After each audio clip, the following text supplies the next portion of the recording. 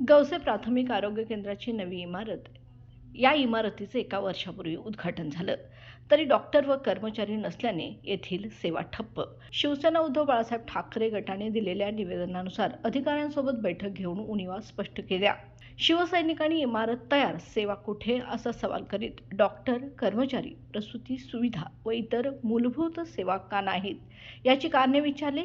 सध्या फक्त ओपीडी सुरू असून इतर सेवा उपलब्ध नसल्याचे त्यांनी निदर्शनास आणले. तालुका आरोग्य अधिकारी डॉक्टर गुरव यांनी जिल्हा कार्यालयाशी सतत पत्रव्यवहार सुरू असल्याचे सांगितलं.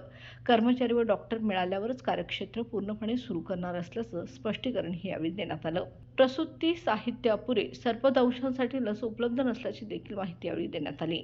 यावेळी युवराज पवार तालुका अध्यक्ष, संभाजी पाटील उपजिल्हा प्रमुख, डॉक्टर धनाजी राणे, दिनेश कांबळे, शिवाजी आढाव, अमित गुरव, महेश पाटील, चंद्रकांत फराकटे, रवी सावंत, रवींद्र यादव, बिलाल लतीफ, राजू बंडगर यांनी आरोग्य सेवा तातडीने सुरू करण्याची मागणी यावेळी केली.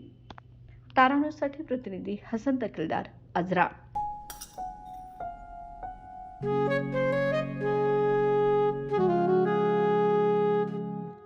बाबा, आज येताना बासुंदी घेऊन या ना. अगं, कालच आपण आईचा वाढदिवस होता म्हणून आणली होती ना. ऐकलं, गोकुळची बासुंदी पुन्हा खावीशी वाटतेय. खरं सांगू, मलाही खावीशी वाटतेय. पुन्हा पुन्हा खावीशी वाटणारी गोकुळ बासुंदी.